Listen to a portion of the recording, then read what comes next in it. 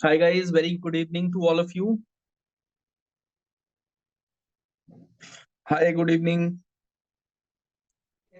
Hi. Very good evening, guys. Good evening. Hi, good evening. So, guys, my name is Satyarth Dwivedi, and I'll be your faculty for strategic business reporting. So, let me give you a background of mine. I'm an ACCA member from more than 4 years now, and I've worked with EY in FAS, which deals with IFRS, and currently also I'm working with Vodafone, where I'm taking care of their IFRS based accounts.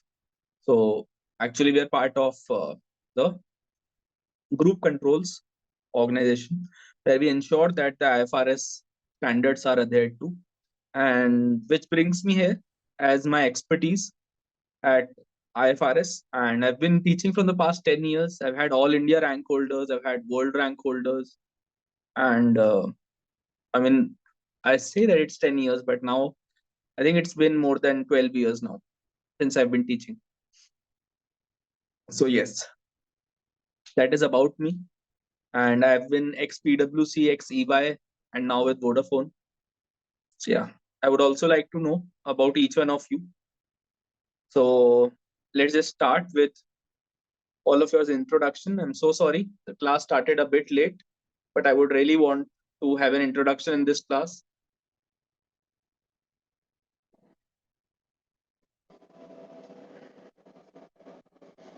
I would like all of you to give us small introduction, your name, and where are you from, and what do you do.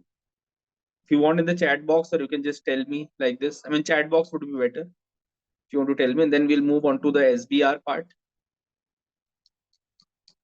Yeah. Santosh, Hyderabad, work in service. And also tell me how many of you are qualified chartered accountants. So just write it down. I Navneet. Yes, Navneet. Hi, Santosh. So good to meet you. Working in service now. Okay. What about the others? Vodafone Idea Mumbai. Very good, yeah. So how is Vodafone Idea doing? Because I am from the Vodafone UK. Mukund. CA Pruthali, manager. CA qualified in May 2023, working in KPMG, very good. Qualified CA from Pune, working Mumbai Investment Bank. Sangeeta, qualified CA working as tax manager. From where? Ramandeep. So, and where are you from? Also write that. Aarti, qualified CA, currently working at PwC, very good. Akola. Of some funding soon. Okay, Mukund. But I hope not from Vodafone.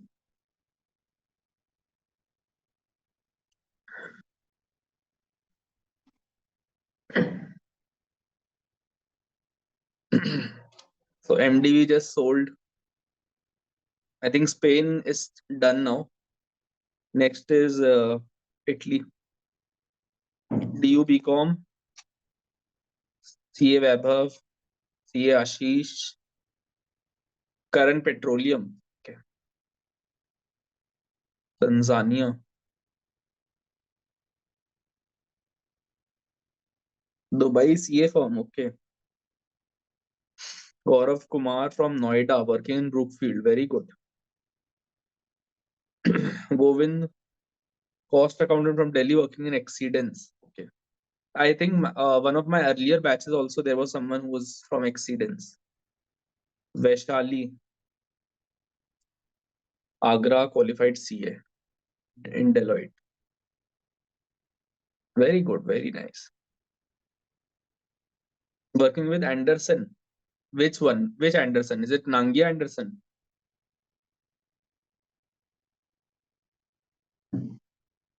Kalpesh. Is it Nangia Anderson?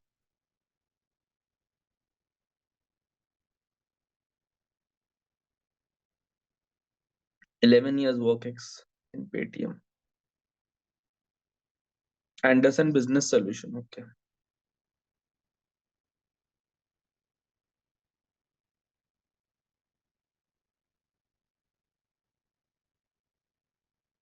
Okay. Yeah, that is it. Everyone or someone is left? Is there anyone who's left? Yes.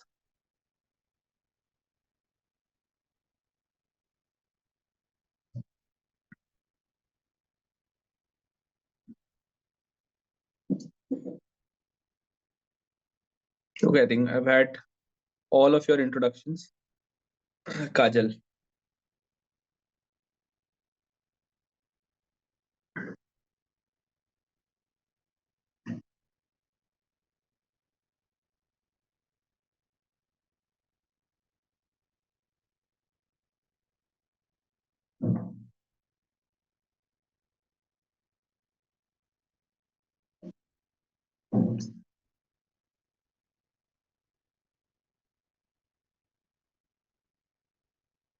Yeah. Perfect. Perfect. Perfect. Thank you guys. Thanks for having the patience, and thanks for two more people are there.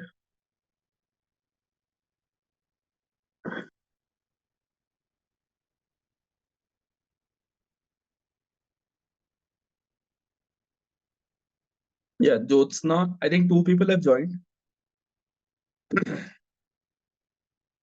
Jyotsna, you've just joined, and one more has joined. No? Santosh. Santosh. Santosh and Jyotsna. We are just going through introduction. So if you could tell that, where are you from, and are you qualified CA?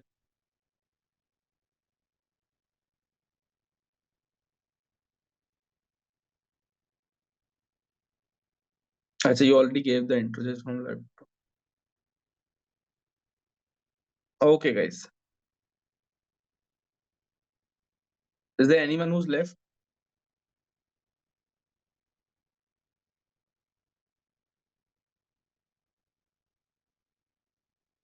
Okay. So now coming back to my topic of strategic business reporting. See, when you talk of SBR, SBR is a fundamental paper of professional level. It's a mandatory paper, right? So everyone, regardless of the fact whether you are a qualified chartered accountant, whether you come from BCom, whether you come from anywhere, so it's a mandatory paper, and everyone has to appear for the SBR paper. Now I will take you through how the paper happens.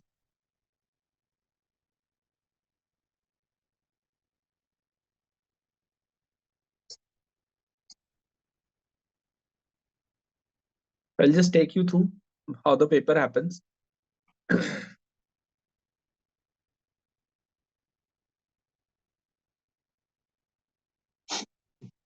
So that you have a fair idea of how do you approach the paper, and moreover, how do you take the most out of your SBR paper. We'll just go on.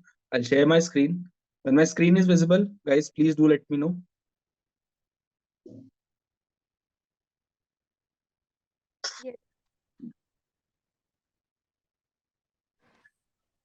Yes.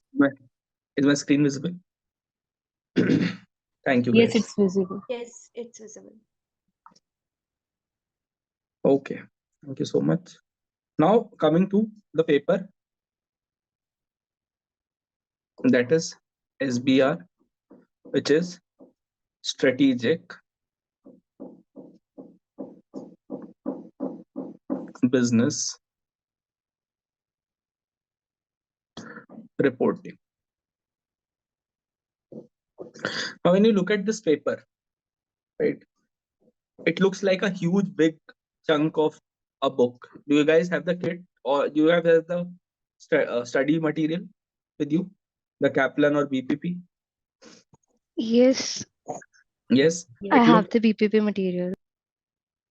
like a big chunk of this entire thing. But I'll tell you that this paper can be cracked very easily. And there is a crack code that we have developed, and we will actually try and go along the lines of that crack code only. So what is the crack code? I'll tell you how the paper comes. So this is a 100-mark paper. It's a 100 marks paper. And so, and there is no MCQ. So the entire paper is going to be subjective. The entire paper is going to be subjective. So it's a 100 marks paper, right? And there is no MCQ. So when you look at this, no MCQ. Now, when there is no MCQ, then also you are saying that there's a crack for this paper that you have developed. Yes. One of the good things about this paper is that it's got a pass rate of more than 50%. Approximately the pass rate stays between 48 and 52%. Right? So half of the students who are going to appear are going to pass. And obviously the other half will see a different fate.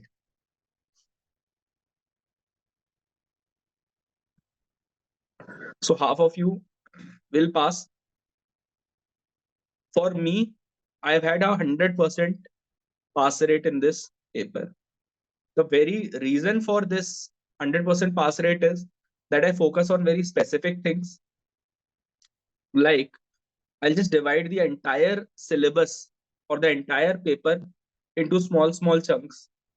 And then you can see that, how easy it is to get a large chunk of marks with studying very less. Okay. You can achieve a large chunk of marks. So I'll tell you the topics which are asked in this particular paper, because FA tests you on standards, FR tests you on standards, and then you come to SBR, where you are for the last time you are tested for the standards. Okay. Now what happens is,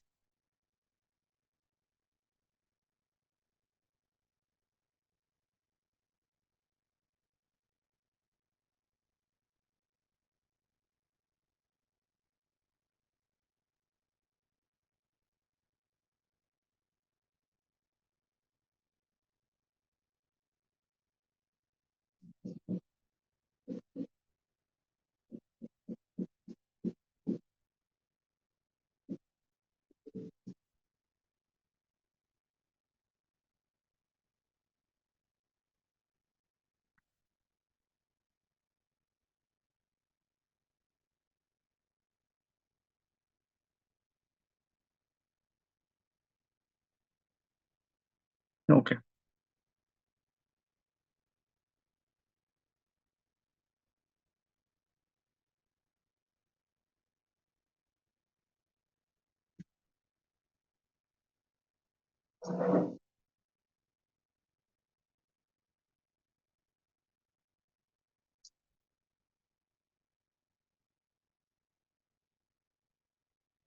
Someone says joined in, so I need to admit them.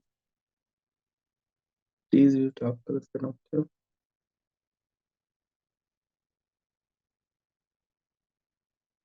Which are they joining automatically? Thank you. Okay, so in this 100-mark paper, you are going to be tested on business combinations,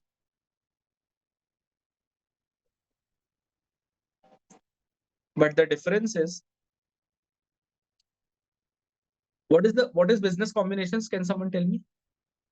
You also popularly known this as holding companies. Remember, must have done it. NCI, NCI and all. We can Minority also interest. say it's a must question in FR. Yes, Yeah, when it comes in to CA CA final. final also. When it comes to CA final. But the structure of this question is very different when it comes to SBR paper, because you will not be given a question to solve. Instead, you'll be given small calculations, but in all the professional level papers and like that in SBR also, you are at advisory role. You are supposed to be in an advisory role. So the questions, the quality of questions improves given the fact that you're not doing a lot of calculation work. Instead, what you're doing is you're doing a advisory work because all the calculations are on Excel. At SBR, there is not very lengthy calculations that is going to come, right? So the concept has to be very strong, and then the question practice from exam kit has to be there. Okay, kit. So the only thing is you have to do kit. Can we use financial calculator? Yes, you can use the scientific one. Scientific calculator. There is a calculator already there in the CBE platform, which is the computer-based exam. How many of you are BA2 plus? I'm not sure if you're. I think you can use that calculator. Yeah, I think you can use that calculator. So also, rather than using these calculators, I would say that go log into the CBE platform. Try to get your hand set on those calculators. Okay. Yes. Please. Which will be much better. It will save you a lot of time. So business combinations around 20 marks.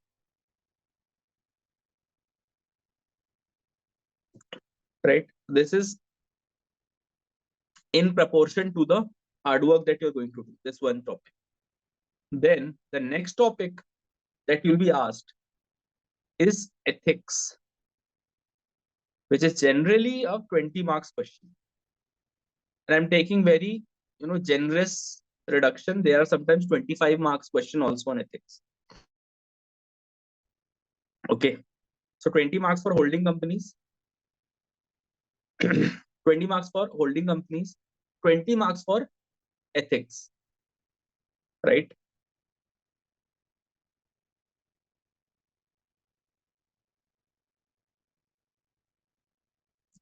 Then, so 20 holding companies, 20 marks is for ethics. Then you see there will be financial instruments. So do you guys remember what were the end days for these? 109. 32. 32, 109. Means 109 means 9. Yes. And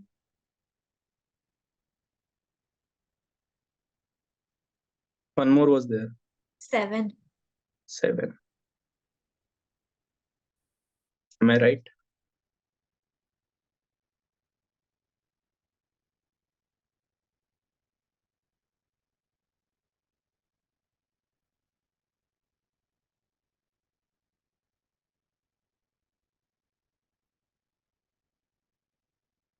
Nine is there. 32 is there, yes, and 7 is there.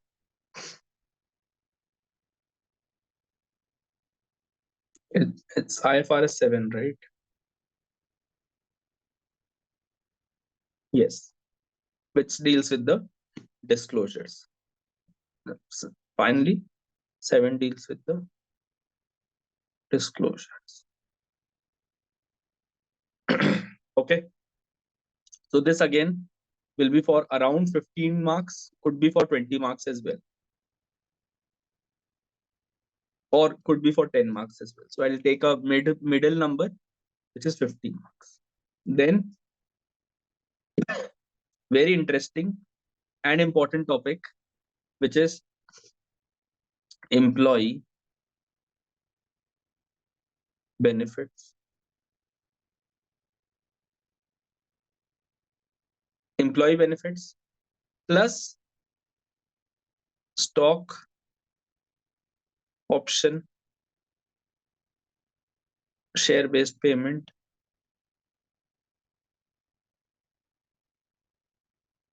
Both of them could be for around 10 marks. Then there is one thing that can give you the extra marks. So always remember that if this question comes, you have to do it 100%, which is financial statement analysis, which will have a ratio interpretations, and so FS analysis and financial statement analysis and current developments. So both of these could be around 10 marks. So what is the total number of marks we have covered till now? 20, 20, 40, 35, 40, 55, 65, 75 marks. And out of the other 25 marks, so everything else, out of which IFRS 13, then IFRS 15, then everything else, impairment, intangibles, deferred tax,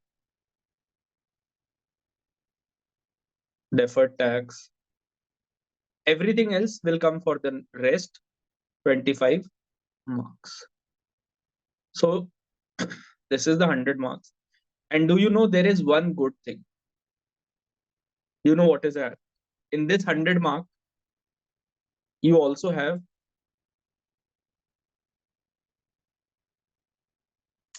something known as, so there is a bifurcation of 80 technical marks are there. Technical marks, which means it will be based on your understanding of the subject.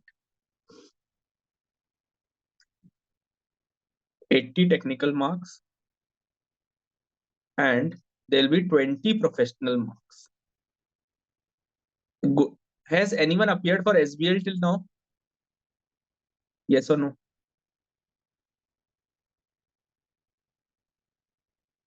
Now, what are these professional marks? I'll just tell you. No.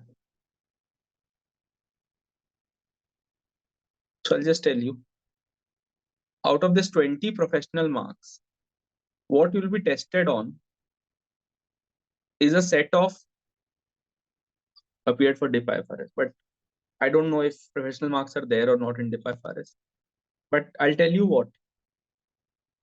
These 20 professional marks, they are based on 4 specific skills. Sir, what are the skills? I'm going to tell you. 1, 2, 3, 4. So 4 specific skills. Number 1 is communication. Yes, like in ATX. Were you there in my ATX batch? Are you there? Have you been there in my ATX batch?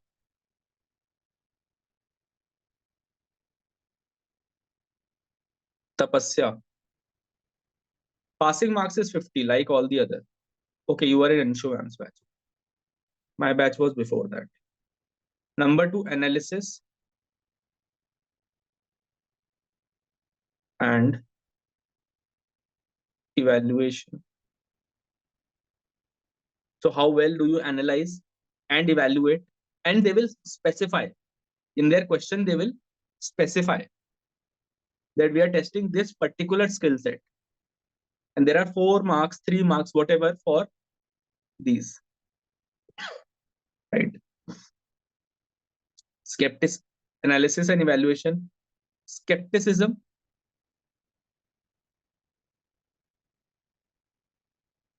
and judgment. And lastly, commercial acumen. Commercial acumen. Okay, understood? Yes, sir.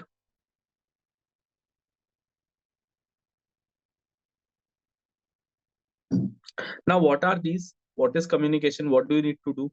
So when I say communication, so basically you will need to inform shareholders or anyone, the user, persuade, inform, persuade, clarify, and simplify. If there is something which is very, very, complicated that is given, so also you'll need to simplify it and not just leave it like that. And they will judge you if you've done that or not. Number two is analysis and evaluation. So a communication is basically expressing yourselves, yes, while being sensitive to the needs of the audience. Okay. Analysis and evaluation, you need to investigate. So to show these values, investigate.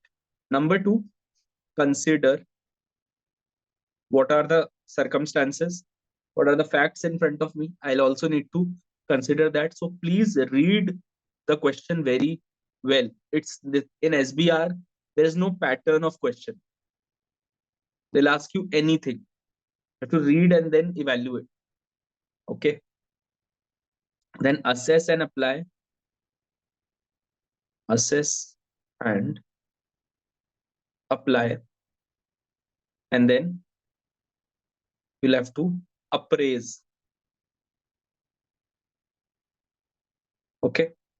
So investigate whatever facts are there around you, whatever is not there also. Consider whatever information is given to you, what are the circumstances that are given to you. Assess and apply.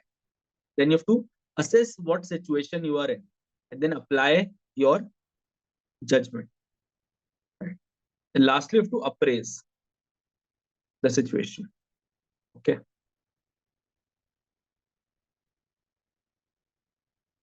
So basically, this tells you the decision-making aspect. Skepticism, when I talk about skepticism, so you have to explore. Don't take everything on face value. If you've done audit, all those who have done audit, skepticism is a very important part of audit. Don't take anything on face value. Explore, question, and challenge and critically assess. Okay. Then lastly, commercial acumen. You have to demonstrate awareness. So skepticism, explore what is given to you, question what is given to you, challenge and critically assess what is given to you. Right? You have to have a keep a thinking mind. To have to keep a thinking mind, right? Demonstrate awareness. Number two, recognize key issues. Recognize key issues. So they will tell you that we are judging you on communication. We are judging you on skepticism. We are judging you on commercial acumen. To demonstrate the awareness of the industry, recognize what are the key issues, right? Then use judgment and use judgment. And lastly, show insights that you have that industry expertise. So you show the insights. Don't assume any fact, just whatever is given to you, you have to work with that. Okay. So you have to show over here that you understand the wider business scenario, the industry, you understand that industry. Okay. Yes. Is that clear? Yes, guys.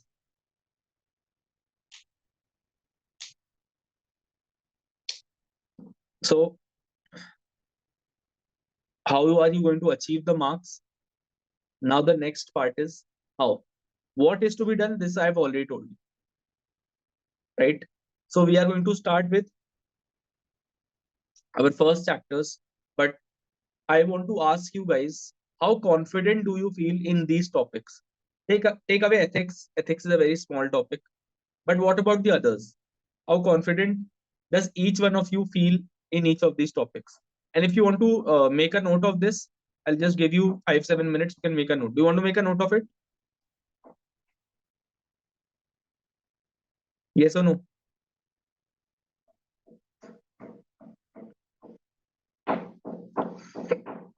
Great.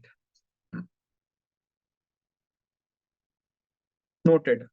So now I want to ask you that how confident you guys feel, say, with business combinations. How many of you feel confident with business combination as a chartered accountant or as someone who's been into finance for very long?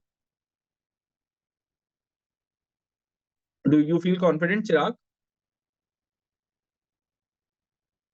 Yes. Yes. And is there anyone else who also feels confident about this particular topic? Because understand that there is going to be a lot that we are going to. So these topics we are going to focus first. If there is anyone who says that I lack a basic understanding of accounting or financial reporting, then I'll have to start from the first part. Otherwise, I can just start with business combinations or financial instruments for that matter, or employee benefits. Did in CA 5 years back. So Ankit, do you have a fair idea of it? Please start with basics. Yes, I'll start with basics.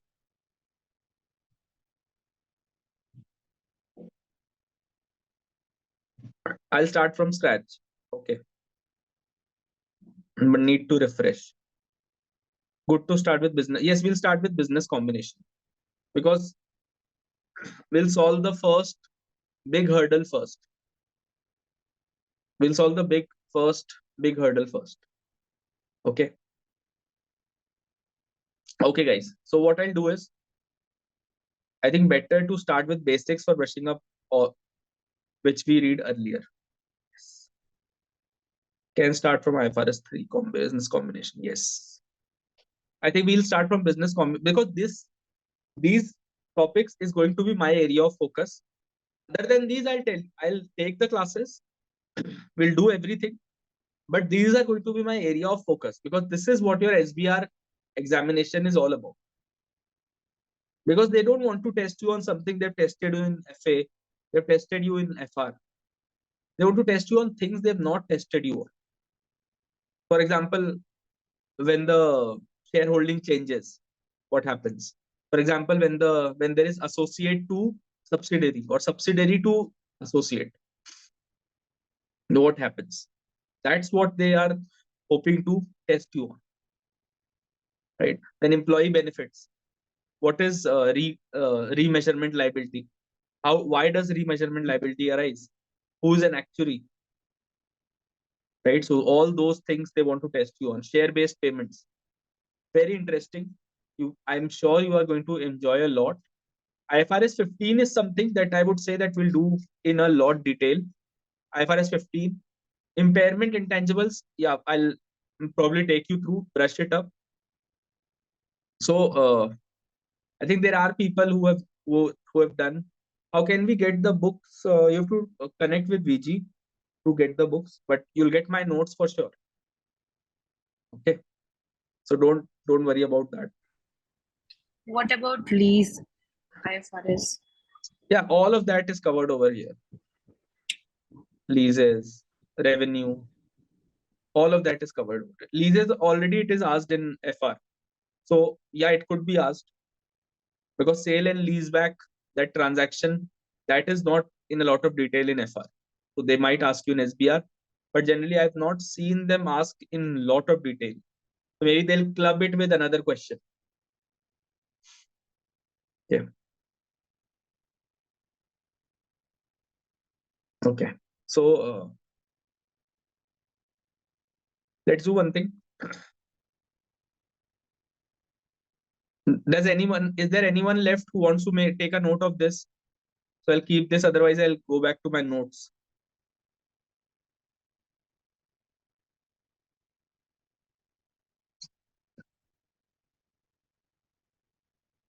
Yes. Anybody wants to make a note of this? Otherwise, I will go back to my notes. Just have the fear of giving exam online. We'll work with you on Excel. We'll work with you. So don't worry. So if you keep fearing something, it's not going to solve itself. Yes, I'll share these notes. Yes, I'll share the PDF of notes at the end of the day. So don't even, I mean, you don't need to put too much of pressure into, noting down and all.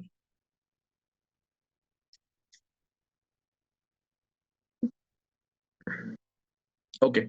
So what I'll do, I'll just stop sharing now. And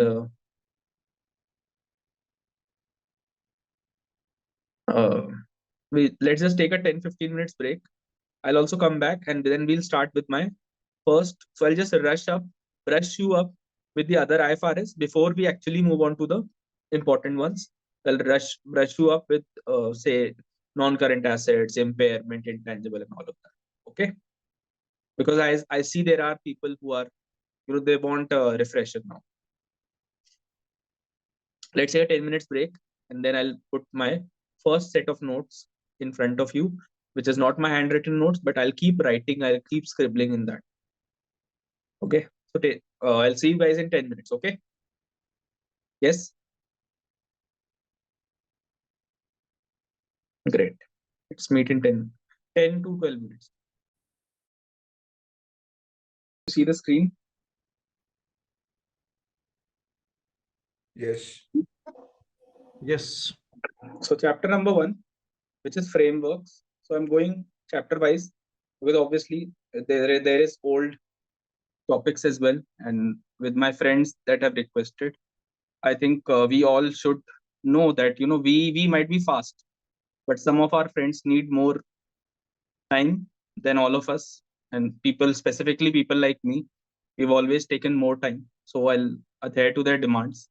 I'll just do a quick brush up of all the things, framework, etc., and then we'll move on to the major parts. Right? Will that be okay with all of you?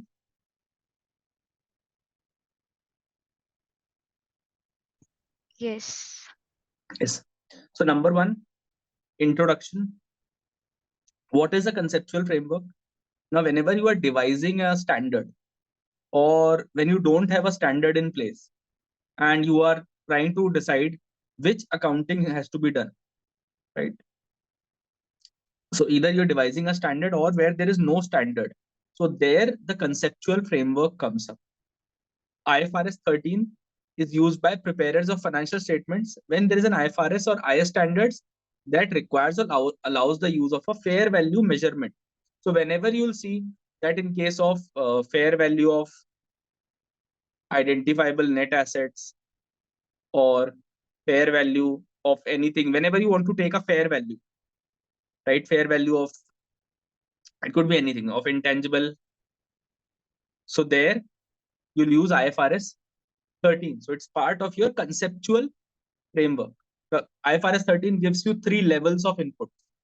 Can anyone tell me what are the 3 levels of input that IFRS 13 gives?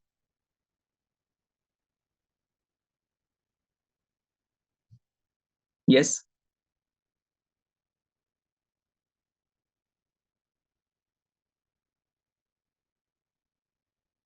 Level 1. Remember, guys, level 1 input, identical assets and active stock exchange, active market. Level 2 is similar assets in active market.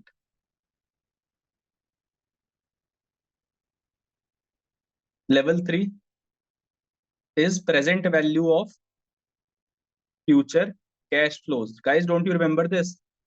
Level 1, level 2, level 3. Anji, did it ring a bell? Yes, levels 1 to 3 are in the memory, but the names are not exactly. Very good. But anyways, now you have it. So IFRS, whenever you are going to deal with anything that has something to do with fair value. It's going to be IFRS 13. Conceptual framework is basically a set of theoretical principles and concepts that underlie the preparation and presentation of financial statements. So how your financial statements are going to be prepared, right? That is conceptual framework. If there is no conceptual framework, just imagine, then what would happen? So if there is no conceptual framework, then there would be then one standard would be inconsistent with another, and I would be free to choose the standard which suits me rather than that gives me the most appropriate presentation. Yes or no? So then the accounting standards would be produced on a haphazard basis as issues and circumstances arose. Right? That is why you had this conceptual framework that came. Even when you study law, in law also you have a conceptual framework. Right? In law, if you study, there is a conceptual framework.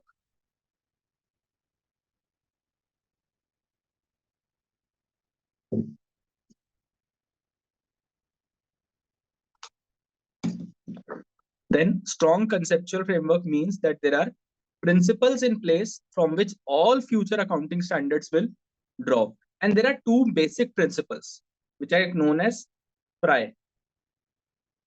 FRRI. What are these principles? Faithful representation, relevant information.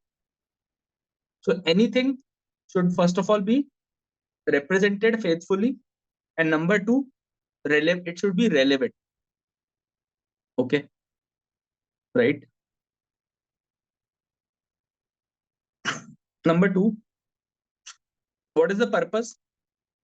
So purpose is to help you to ensure that these are based on consistent concepts. So whenever we are producing the financial statements, we are producing it on certain assumptions. You remember the assumptions? Going concern, materiality,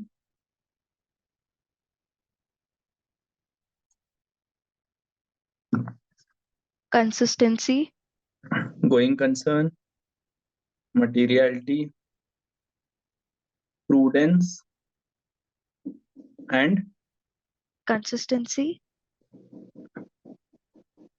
consistency.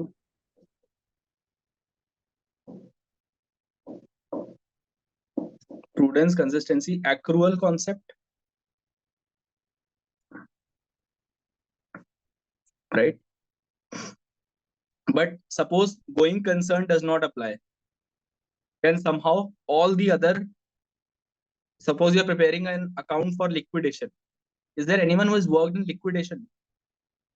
When you're preparing accounts for the purpose of liquidation, you can't follow going concern, you can't follow accrual, because who will you accrue for? Yes or no?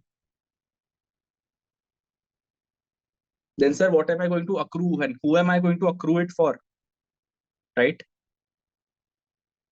Preparers of financial statements, when no IFRS standard applies to a particular transaction, when an IFRS standard offers a choice of accounting policy. You remember a few years ago, cryptocurrencies were the hot favorite in the market. Yes. Yes or no? Remember, cryptocurrencies were the hot favorite in the market. But do you have any IFRS standard that deals with cryptocurrency?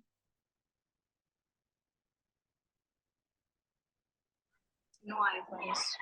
No IFRS. So it was well thought that as per the conceptual framework, what is going to give the best presentation to cryptocurrencies? It was decided that it is intangible assets that is going to give it the best presentation.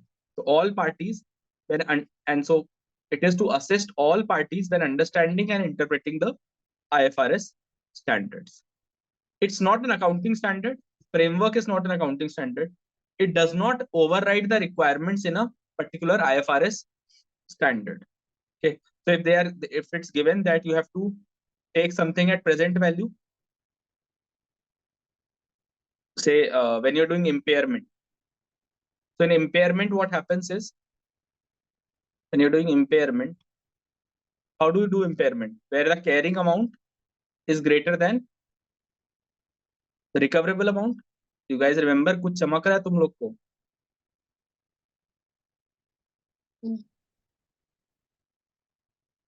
सब all you forgotten Praveen Sharma sir का.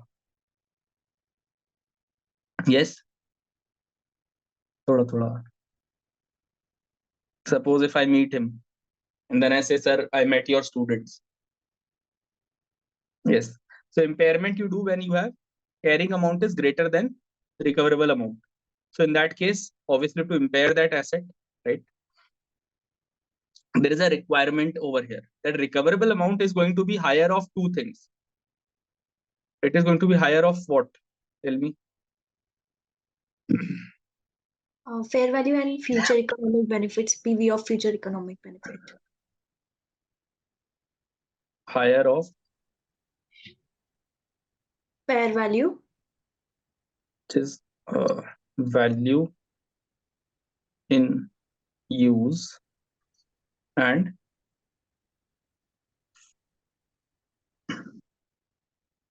net Sell value.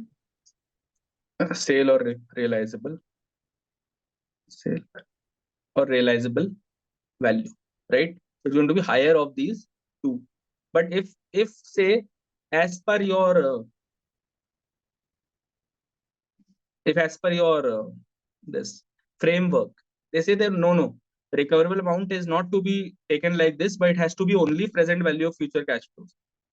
You will always use impairment because there is a specific standard given for this. Okay, so the specific standard will always override the general framework. Is that clear?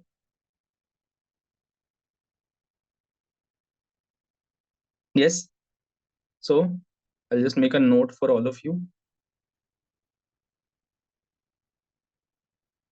Specific standard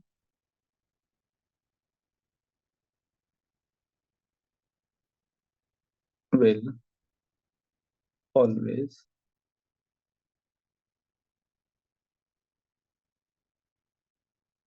override the general standard, right?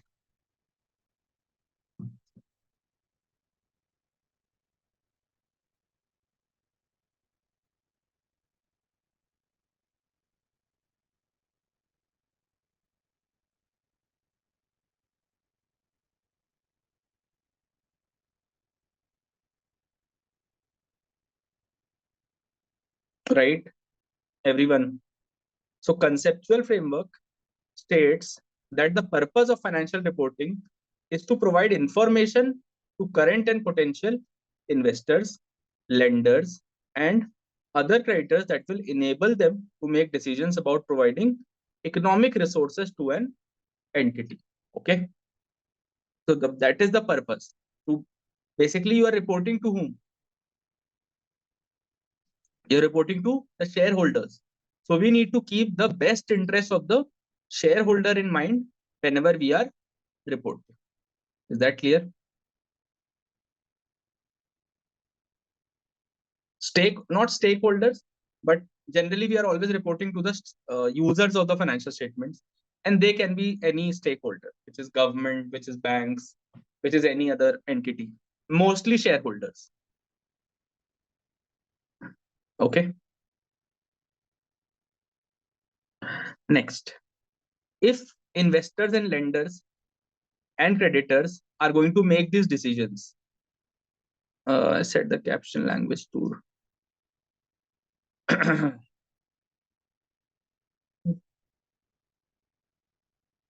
Is there a question? Okay, no questions. If investors, lenders, and creditors, they are going to make these decisions, right? What is the decision that investor is making? Tell me. What is the decision that the investor is making? Whether to continue its holding in the company or not. So whether to continue investing or shareholding. What is the decision that the lender is faced with? Whether to Add lend more money loans. or not. And creditors. Yes, someone said something. Whether to supply goods On credit. on credit. So all just so now when you look at all these three, in some form or the other, it requires finances. In some form or the other, it needs finances, requires finances. Yes.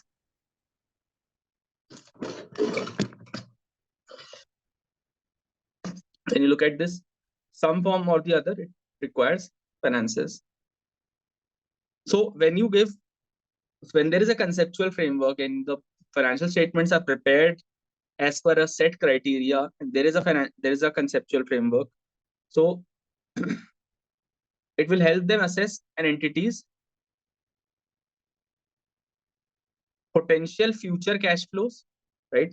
Because I know that what is going to be my income and what is going to be my expense. Number two, management stewardship of entities' economic resources. I'll give you an example on this. There was a company called Reliance, right? Yes, we all know. It was disintegrated and given to two brothers, Mukesh and Anil Ambani. Yes.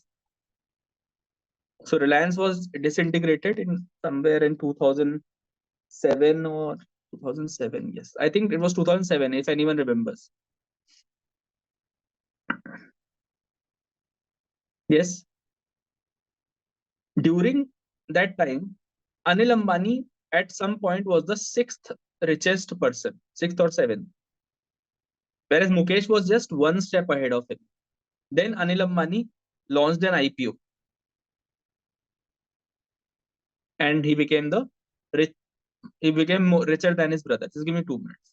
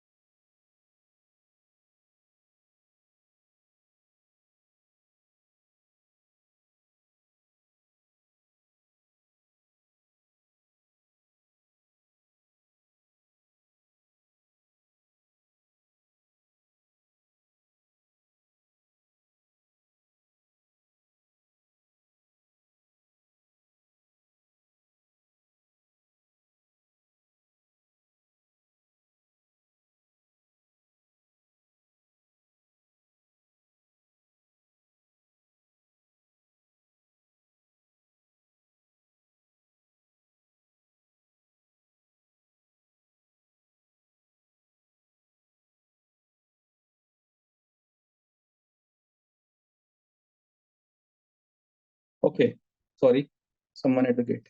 So now if you see, there were two brothers. And at that time, as an investor, you would feel that Anil Ambani is he is better equipped to for management stewardship of the economic resources. But ultimately, it turned out that Mukesh had big plans. He was cash rich with the petroleum business. He launched Geo, which further boosted. Then there was foreign investment into Geo, and now you see how big it is. So the management is very important. And today you know that Anil Ambani is bankrupt, right? He was facing jail term, but somehow he was saved by, again, whom? No one else other than his own brother Mukesh Ambani. Okay? Yes. So how management is moving towards the business, I'll tell you. There used to be a company, it's still a company called Tanla Solutions. Has anyone heard of it? Yes. Has anyone heard of it? No. In 2017-18, it is not very long back. 2017-18, the share price was 30 rupees. But they appointed a director from Airtel as their CEO. They appointed him as their CEO. And I thought that this person, I checked what his qualifications are and how he has worked. I had this gut that this person is going to take this company to very high. And I bought these shares at 30. I sold at 175. But do you know what is the price of this share now? Yes. It touched rupees 1000 at some point in last year. So that is the that's what an investor considers. He not only looks at your present business, he also looks at how good you are, how resilient you are, how skilled you are as a manager to steward the entity's resources. And there are companies we know, companies like Nokia, companies like Kodak, which had amazing businesses. Kodak had the first digital camera. Kodak had the first digital camera, but they did not launch it due to the fact that it will compete with their existing product. The market changed. Sony, Nikon, and others, they capitalized on that. And Kodak was left far behind. Whereas if Kodak had launched that camera, did the R&D and got the feedback from customers, made the improvements, it would have been so many years ahead of the competition.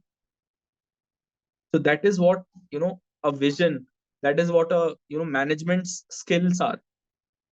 So any investor, any lender will look at those things. One is your potential cash flows, future cash flow, and your stewardship of your economic resources.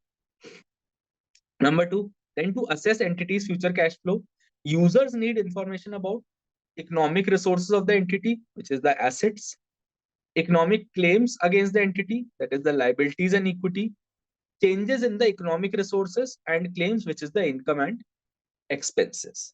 Now, if you make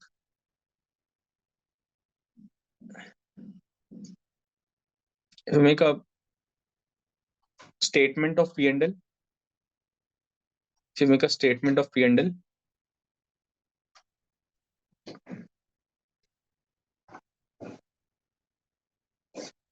I'll just tell you, make a T shape, SOPL, and then you make a balance sheet. You make a balance sheet.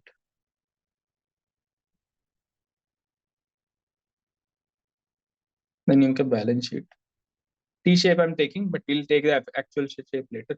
I want to explain something. This is SOPL, profit or loss.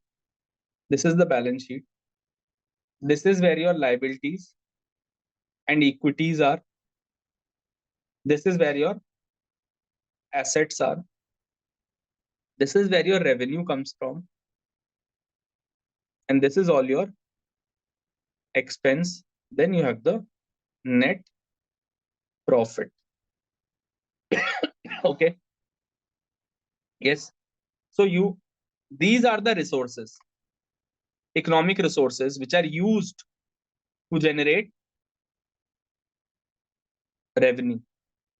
How do you generate revenue? Because you have an economic resource, because you have systems built around your economic resources for efficient utilization of those resources. And then from your revenue, you get your net profit, and it again adds to the pocket of equity shareholders. Right? Yes or no? So as your assets plus you apply systems, it gives you revenue. Then from your revenue comes your net profit, and that goes in your pocket. If this is smooth, this net profit is not turning into net loss. Till that time, you are, as an investor, your future cash flows and everything is going to be safe. But the moment this net profit starts turning into net loss, that is the red flag. Is that clear? Yes, guys.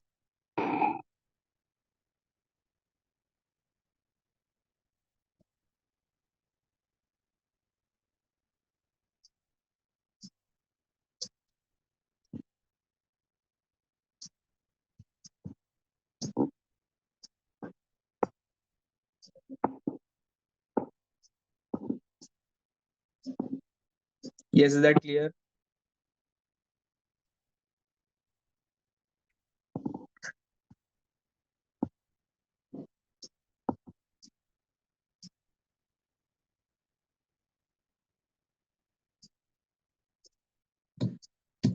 Right.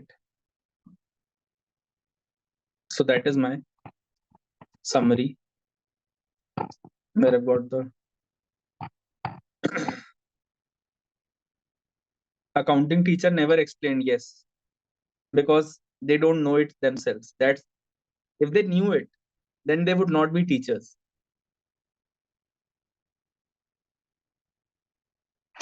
Right? Because have you heard the cash flow quadrant? Have you read the cash flow quadrant? Has anyone read the cash flow quadrant?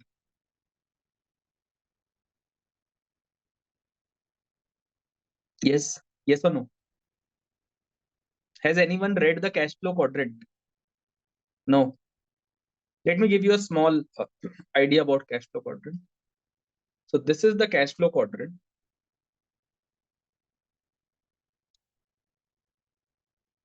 Now over here, 1, 2, 3, 4. Over here, number 1 is the salaried person.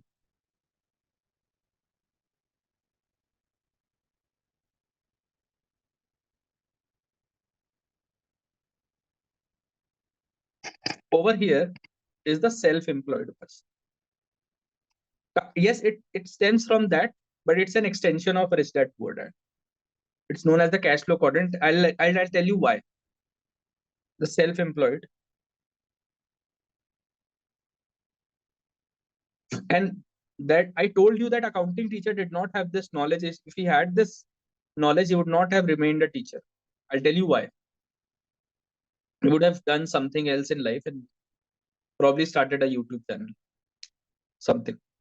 Number 3 is big business. Number 4 is investor. Now it's very evident. Salaried individual has to earn till he dies. Yes or no? He has to work till he dies. Otherwise, his salary will not come. Work till he dies. The self-employed, he thinks that he has a job, he has a business, but actually he just owns a job.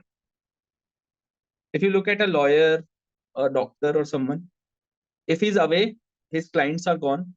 For maybe if he takes a 10-day leave, then his clients are gone. People don't come back. People are gone to other places. He comes back and then he makes up for it. But again, he will also have to work till he dies.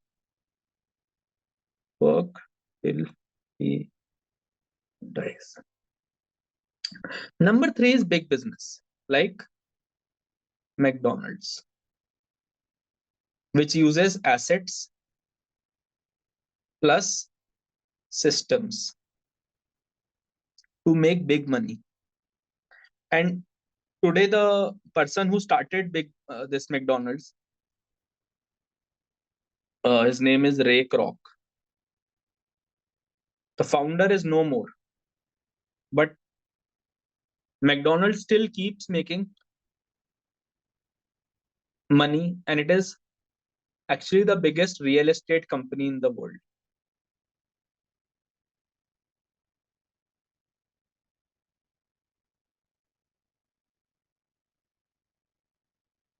McDonald's is the biggest real estate company in the world. How it is the biggest real estate company? Most of you know, but those who don't know will tell. Then comes the investor. So from salaried individual, the one who is working till he dies, to come to big business is very difficult, because salaried individual is a mindset. If you're self-employed, again you have that mindset that you have to work to earn. But big businesses don't do like that. If you look at Mukesh Ambani, he's celebrating his son's wedding. But is there any problem to his profits? The profits will keep coming in, right? Then there is investors, like big investors, small investors. They make money. They can sleep while their money makes money. Money makes money.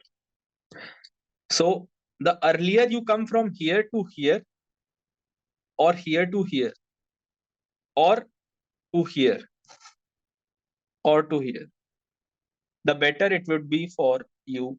Because otherwise, in any other scenario, you will have to work till you die. Only investors and big businesses are the two who can say that they are, you guys are chartered accountants. You can do anything that you want. Yes or no? I mean, you guys have been gifted by God to actually look at a balance sheet and say that this company is going to do well and this company is not going to do well. Right? And that's why I said that why accounting teacher did not explain in this way is because he did not have this knowledge. Had he had this knowledge, would have explained in this way, not just telling you what the entries are. Okay. Enjoyed this? Yes.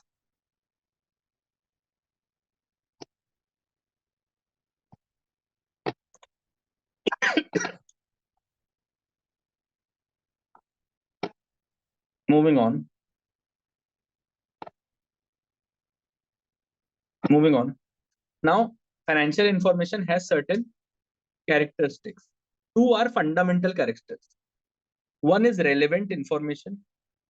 Second is faithful representation of the entity's transaction. Now, what is faithful representation?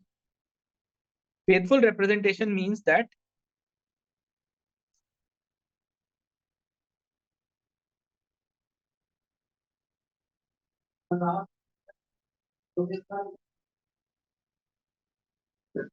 it means that when presenting, you have to use substance over form. I give you an example, which is my pet example. And if you've attended any of my class, I always use this example for substance over form. There's a company called Boeing. Do you know about this? Yes. Yes or no?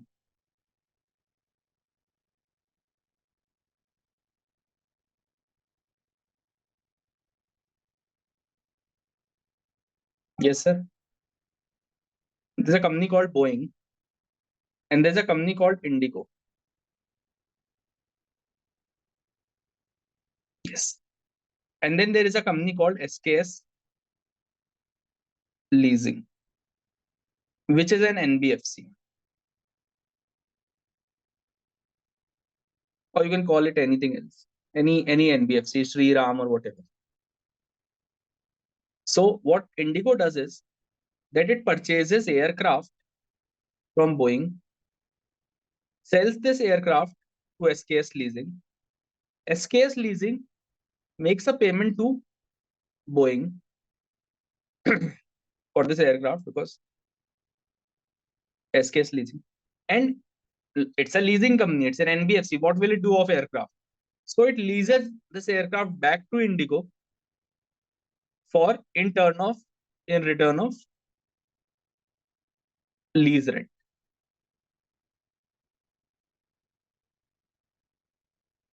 Indigo sells the aircraft.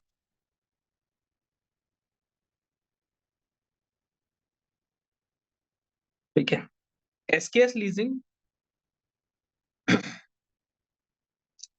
leases the aircraft back to Indigo. So money is paid by leasing company to Boeing, not to Indigo, or maybe to Indigo and then Indigo pays to Boeing.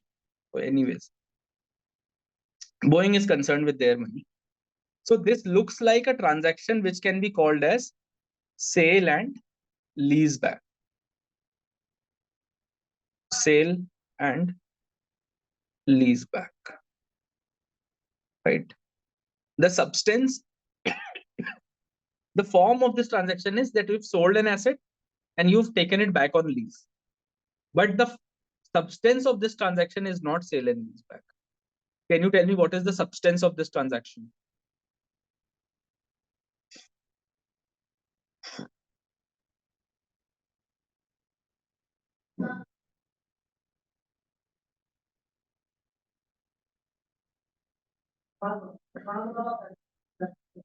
Yes.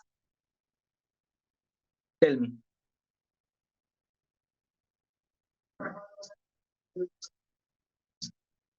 It is a loan transaction. It is a loan transaction. And because it's a loan transaction, the loan must appear on your liabilities, not just lease rent, not just lease liability. And that is why the IFRS 16 is very clear on two things. One is that an ROU has to be recorded. So Indigo has to record an ROU, which is our right of use asset, and lease liability if it is in the form of lease, proper lease. If it's a loan transaction, then it has to be accounted for in that way. So IFRS 16 is, so this is kind of a financing of this aircraft, right? It's a financial liability, yes. So this is what they mean when they say substance over form, right? Okay.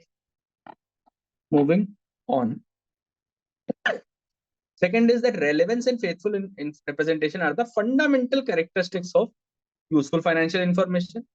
They will make an impact on the decisions made by the users of the financial statement. Relevant requires management to consider materiality.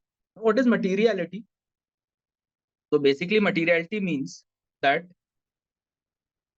if I don't tell you that it's a threshold, it's a number that if omitted, misstated, or obscured,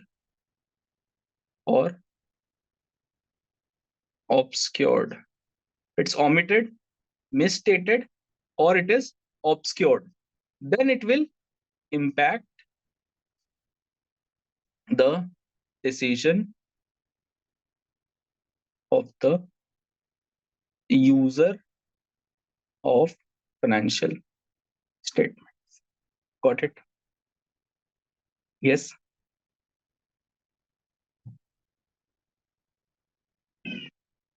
So materiality, item is material if it is, if omitting, misstating, or obscuring it would influence the economic decisions of the users.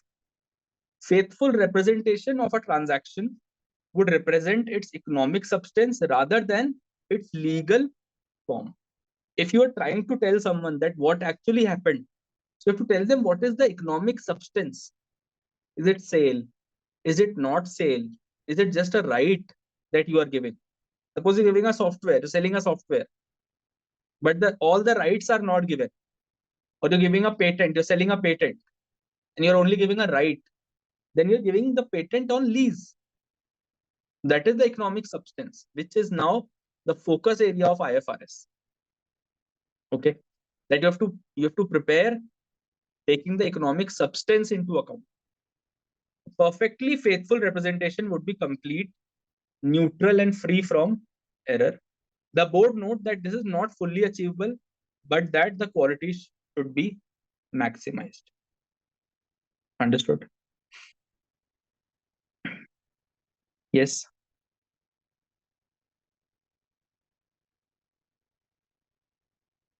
बोलिए.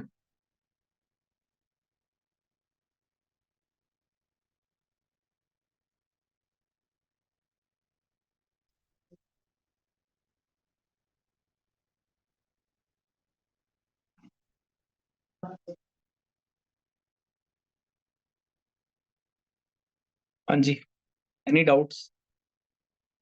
Anything that you want to say, or we can move on?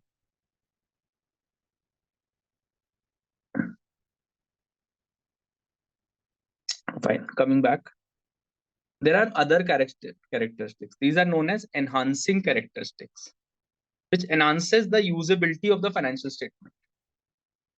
Though the FRI is the fundamental characteristic. These are the enhancing characteristics, which means that any information that is given should be comparable. Investors should be able to compare year on year as well as with the peers. So year and peer. Year and peer. With say in the same industry, you must be able to say compare Burger King and McDonald's. Okay. Provided they are following the same set of standards. Timeliness. If you are giving older information, it's not useful to me. Right? 10 years ago, sir used to teach very well. But now sir is having some problem. Is it anyway relevant to your exam? No. If I can teach today, that is relevant for your exam. Now I'm having some throat issue. Now I am like, I can't teach. But 10 years ago, sir used to be very well. 12 years ago, Sachin Tendulkar used to play very well. 20 years ago. But now Sachin Tendulkar is not relevant. So anything that happens has to be timely.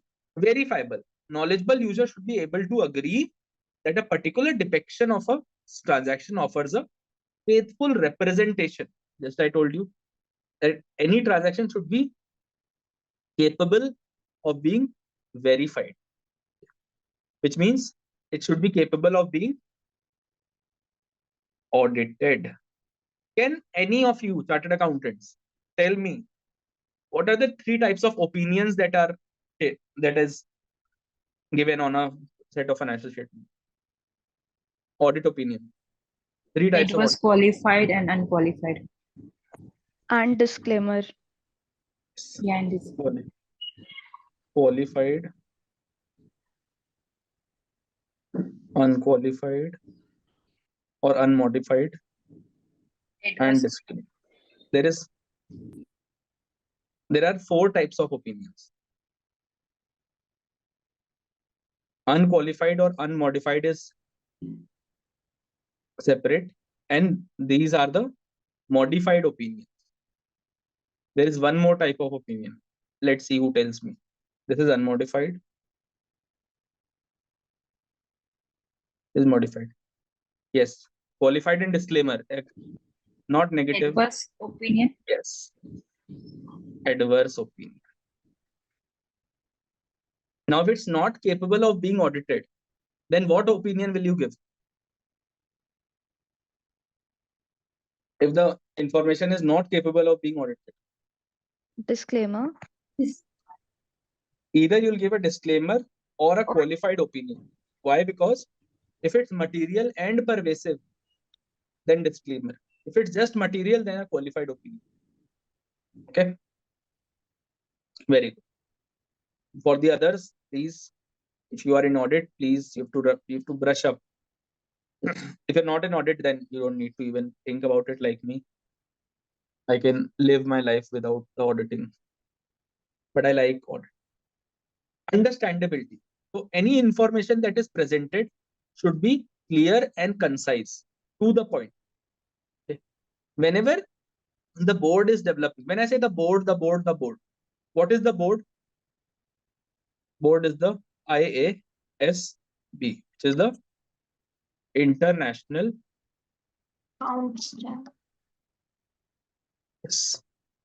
Accounting Standards Board.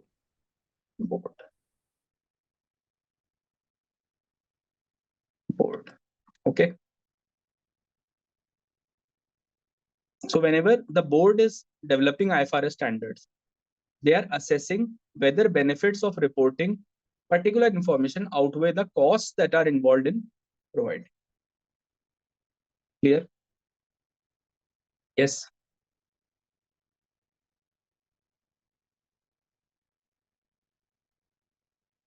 Is that clear?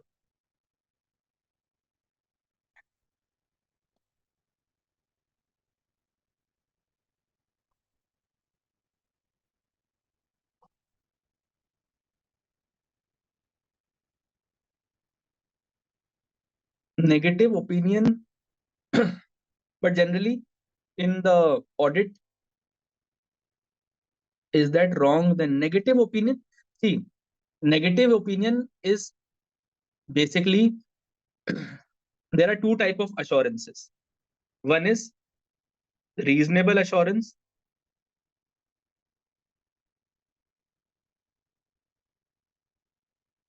and second is limited assurance.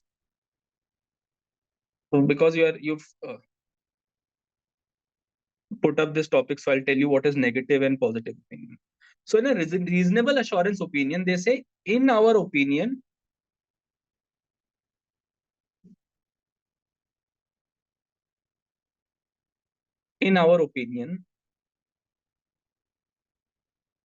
the financial statements of XYZ are free from material misstatements due to fraud or error.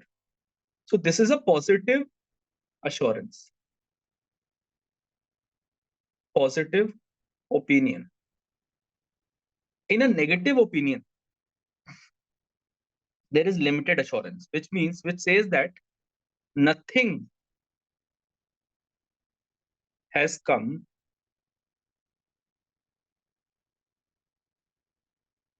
to our knowledge. Nothing has come to our knowledge which makes us believe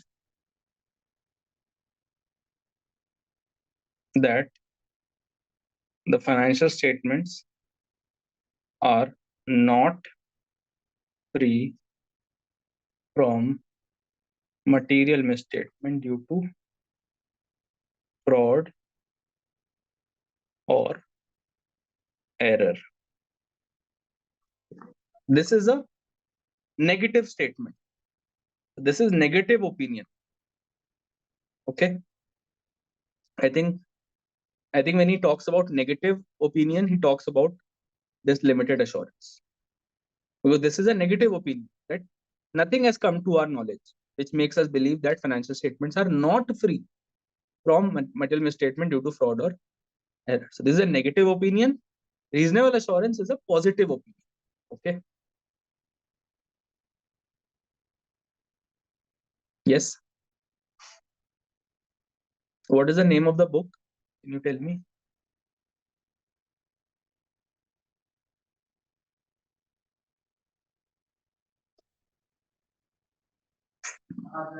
Hello. Yes. Yes. The Financial Statement Analysis Handbook by Zebra Learn. and it is Okay. written by Mr. Anurag Okay. Anurag Chartered accountant. Sundarkar. Yeah, it's a He's a very chartered. renowned book, actually, very famous book. Hmm. So I on also page number, yeah, I referred this. I read this, few days ago. So I was remembering this thing. I was recalling there was some negative opinion as well, and this is on page number 42 of the book. If you can, okay. just have a reference for that. So this is the negative opinion, but Yes. otherwise we have modified and unmodified opinion. Okay. ठीक है. चलिए. So it's the first class. I hope you've enjoyed. I'll leave you to it, and we'll meet next, and then we'll go deeper into the subject, and we'll do more. We have some time in our hands. We'll use that time accordingly, and we'll try to cover as in greater detail as much as possible. But again, we'll cover all the important points for sure. I hope you've liked the class. Please share the class plan. Okay, I'll do that. I'll share the class plan, but I hope you liked the class, and it'll be like this only. Thank you so much, guys. Around 20, 25, 30, 25, 30 class.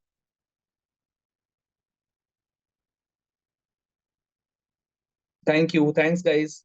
I'm leaving you early today because it's your first class. But we'll do much more. We'll do 3-hour classes every day. Okay. Like every weekend, Saturday, Sunday, 3-hour classes. Thank you. Bye, guys. Thank you so much. Extra class, if required, we'll take. Otherwise, no.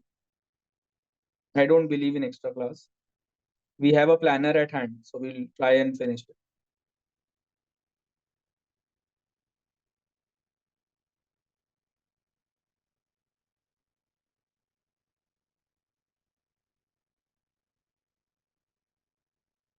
Okay.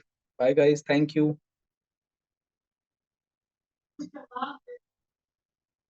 Thank you. Bye-bye.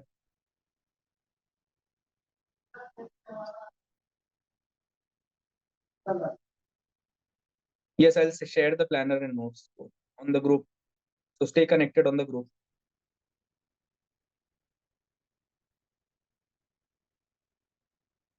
Okay, guys. Bye-bye.